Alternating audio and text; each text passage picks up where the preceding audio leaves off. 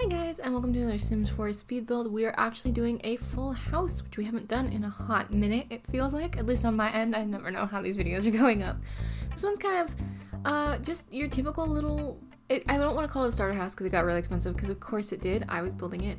It was kind of inspired by a picture I saw online and then couldn't find again. Story of my life. Where it was like an old school bus, but in like a carport, but they had turned the school bus and the carport, which is very difficult to say, together into like a tiny house, which was really cool. And so I wanted to kind of capture that vibes, and I fully admit that that did not happen. This house turned out fundamentally very different than the inspiration it started with, but what it has made me want to do is go through and change this particular neighborhood in Willow Creek into sort of like a little tiny house community. I actually started another build that is in progress as I'm sitting here talking with you, and it's definitely not the right vibe, so I'm gonna have to like I think it's cute, I'm gonna finish it, and then I'm gonna have to like redo it, because I want to turn this all into like this kind of tiny house vibe where it almost looks like it would be pulled by a trailer. Been watching too much HGTV again. But this one turned out really cool, in my humble opinion. Again, it definitely wasn't what the inspiration was, and I don't know if it even qualifies as a tiny house, to be entirely honest with you, because it's huge. It continually gets bigger, like the longer we're working on this. I just keep growing it as we go. So definitely like on the big side of tiny home, but it was just so cute, and it's like I'd love to maybe go back and try to figure out how to make it a starter home, how to make it like less expensive and stuff. But I had a lot of fun building this one. I just kind of went with the flow. The roofing took forever, and I honestly almost gave up. Roofing is the easiest way, honestly, to make me give up on a build. If I can't figure out the roofing, I will just give up. And you'll notice I do this weird asymmetrical roofing a lot, just because it's really easy to make it look like halfway decent without trying too hard, because I hate roofing. That's also why I've started building a lot of like on my personal builds and stuff, a lot of those, like, I believe they're called Empire style roofs. I'm forgetting all of the history that I learned for this, but when we did the historically minded build, I knew all of the like different names for the roofing and stuff. But that roof where like it comes up in a roof, but then it's flat on the top and you can build inside of it, I'm doing a lot of that because it's more space and it's easier to roof usually, because I hate roofing in The Sims. I also really like the idea in real life of a roof like this, because it means you're letting light into the main living spaces. It also gives, like, if you're not in a huge storm area or something like that. I tried really hard, side note, hold on, breaking off my roof thing for a minute. I tried so hard to use these windows. I do not know how to use these windows. I want to. There's gotta be a build in which these windows can be used, because they're kind of cool. But it ended up just looking like one of those squids from the Nintendo, like the Mario games. And I couldn't deal with that.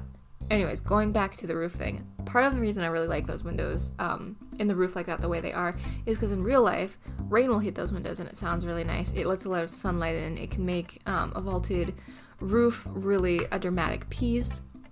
So I like those windows a lot, is what I was going to say before I got distracted by those weird windows that I want to use. So maybe we'll make that a challenge for ourselves, and we'll try to build a house with those windows. I really like this little front pop-out bit. At first, I fully admit, it kind of looked churchy. At least Pacific Northwest churchy. I don't know, like, churches got weird, like, for a while architecturally, where I lived in a suburb of Seattle for a long time. And they, like, I think they really just wanted to fit into the aesthetic of, like, the Seattle area, the Puget Sound area kind of thing, and that's great, but they just looked weird for so long. So there's so many things where I'm like, I associate this with a school, or a church, or like a zoo building, like a admin kind of building, and it's totally not. It's just a style to build with tall windows, but the wooden frames, I think, are really what messes me up on that. The, like, light timber wooden frames. I remember, I believe is it Northwest Trek? There's a zoo in Western Washington called Northwest Trek, and it's I believe just mostly native wildlife, and you can go on these like amazing tours on cars and like drive through their big habitats, or not cars, like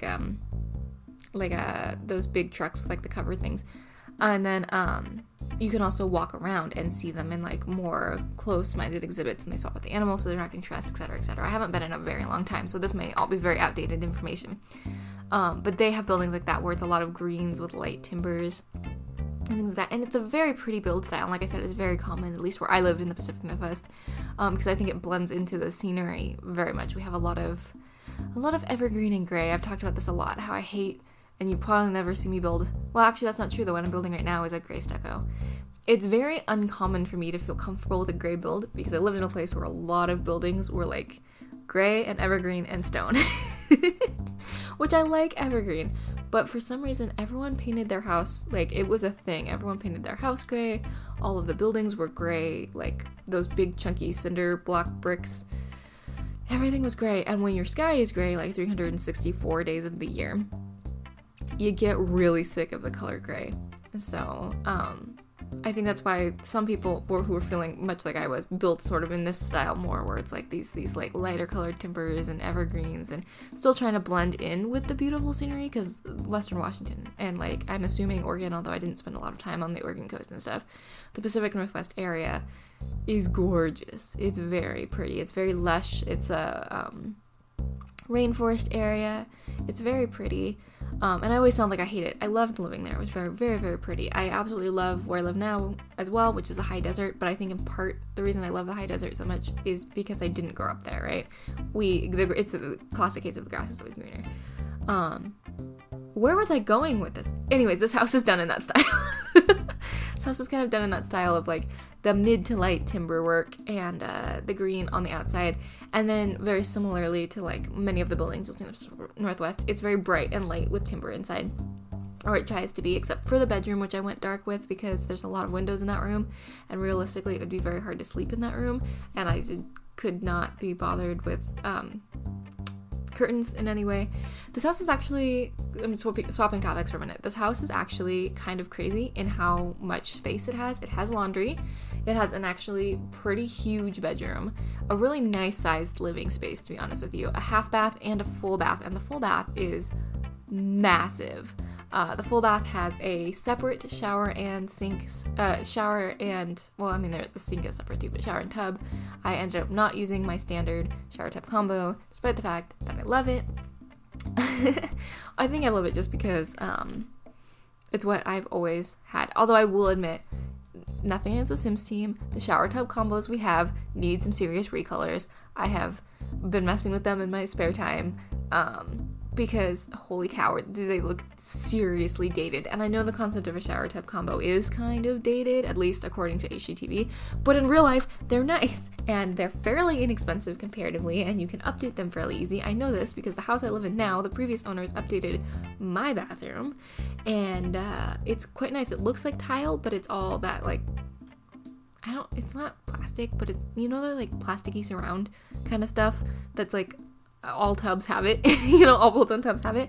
It's kind of like that, but they made it look like tile, which makes it a little bit harder to clean, but like it looks really fancy and nice, and it's all sealed and all of that. But my point is it doesn't look like something that walked straight out of like the home improvement era with like Tim Allen and stuff. Not that there's anything wrong with that, but that's a very distinct style. And for some reason the Sims decided all of their shower tub combos needed to look like that, except for the vampires one, I think it is. Yeah, I think it's the Vampires one where it looks very, like, historic, which is nice, but again, a very specific build. And I was trying to think, is there any other shower tub combos that I'm forgetting? Potentially. There might be one that's meant to look very, like, eco, which is, again, nice, but a very specific build. I would just like the shower tub combos we have, to just be a little bit, better colored, I guess. To just look a little less old and dingy. That was a bit of a rant, but point being is I always do a shower tub combo because it's what I'm used to, because it's what I've always had, and I have pets, and they are invaluable when you have pets because you can get the little spray head thingy that comes off, you know, and is on a cord, not a cord, a hose, so it kind of acts almost like a hose end sprayer, and then in the tub, and then like in the bathroom that I've basically claimed it's it's in the same little like cubby as my room. My space in this house, and so I've just been like, it's my ensuite. It's not, because technically it's not, but it's mine. Let's face it. I've also claimed the linen closet in that little space. I was like, it's mine. Look, this whole little area is mine. Anyways, they ran the tubs around all the way up the wall, and that like the whole, it's in a little cubby itself. So in Sims context, it would be in a little 2-square space. So it's completely surrounded by walls except for the area you get in. Completely did the floor to ceiling surround, which is really nice because it means when Joe, my big giant poodle shakes for the most part, except the ceiling, everything is safe. And then really nicely, they actually ran this around. It sounds weird, but again, remember, it looks like tile. They ran the surround all the way around the walls, about halfway up. So it's protected when the dog shakes. And then I have actual fancy pants tile on the floor, which protects it. So like, other than the little bit of drywall that's in that bathroom, for the most part, if Joe shakes, it's not a big deal. If the little ones shake, it's also not a big deal, but they're little, so like they didn't cause a whole lot of havoc beforehand. But my 100-pound poodle causes a heap, a whole heap of trouble when he shakes. So going back to the original point here, love a shower tub combo for that reason, because I'm a pet owner. I imagine it's great for toddlers, but I don't have kids. And I don't plan on having kids for a really long time, so I can't speak to that. But as a dog mom, I love it. Also, if you're like a horse mom, like I am, you can wash blankets and stuff in there. Again, it all comes down to water retention. It's quite nice. I'm not big on like baths really as a person, but a tub is invaluable for a multitude of other reasons. And so I always default to the shower tub combo. The other thing too is like in The Sims specifically, you cannot bathe a dog with a hose, as far as I'm aware. Even though there is a hose decoration object, it would have been really cool if they had made that usable to wash a dog. Because I have done that with my poodle too, because it's very warm here in the summertime. Like, we hit hundreds of several times this summer. And so, like, when it's like, 92 degrees and he comes in smelling like who knows what he's found on the farm, he gets sprayed with the hose. But it would have been nice to be able to do that, or be able to throw them in the shower, because I have actually thrown them, like, when I've been visiting family members and stuff, they always are like, bring your dogs, and then they don't always have a tub, so I have thrown dogs in the shower, like a standard walk-in shower too. So it would have been nice if they had made that possible, but in The Sims, you have to have a bathtub if you're going to bathe your dog or your toddler. You cannot, even, like, I get it with big dogs, but, like, I also have a 3-pound poodle who is sitting on my lap. Watson is judging the build as well. He thinks it's cool, though. He's cool with it. He gets bathed in the sink a lot, was the point I was going to make there. And it would be nice if you had, like, a little... I get the logic behind that would be crazy, because how would you tell with, like, mixed breeds and stuff? But it would be cool if, like, a dog is not going to get big in the Sims, if you could wash them in the sink. Especially, like, those big farmhouse sinks. Those are dog washing sinks. Let's be honest here. But I digress. Point being is, I almost always default to shower tub combos because I need one in my life, because I have pets. Going back to the building here, we're mostly through the living space, I think. I really kind of, like, lollygagged in the living space, for lack of a better word. I really wanted to hang out in there and make sure the vibes are right, and I think they are. I didn't want too much clutter, but I wanted it to feel homey, and I wanted the walls to be white, which, again, unfortunately, there's a little bit of that, like, it's a Pacific Northwest church vibe, because white walls and, kind of mid-range timber.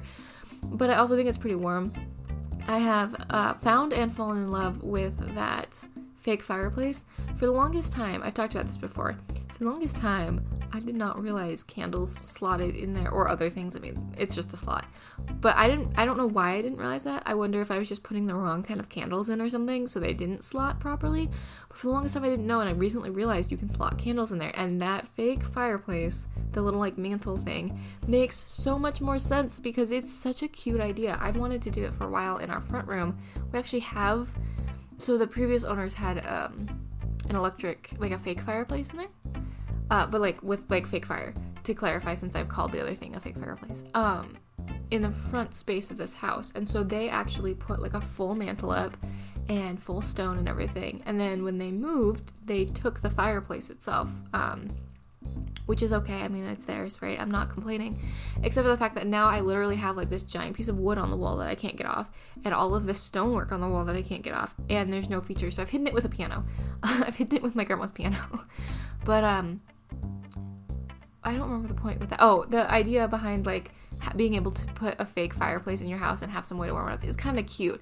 In reality, we don't have the electronic, like, inserts, electric inserts, like we do in real life. That would be cool. That's the other thing I kind of wish The Sims had. Side note, getting distracted again, would be wall insert fireplaces, because that's what I grew up with in my childhood home. We had, I think it was actually gas, and it was a real fire, but we had an insert. So I would love to see, even if they called it something cheesy like the fake fireplace, and it could just insert into the wall and looked really cheesy.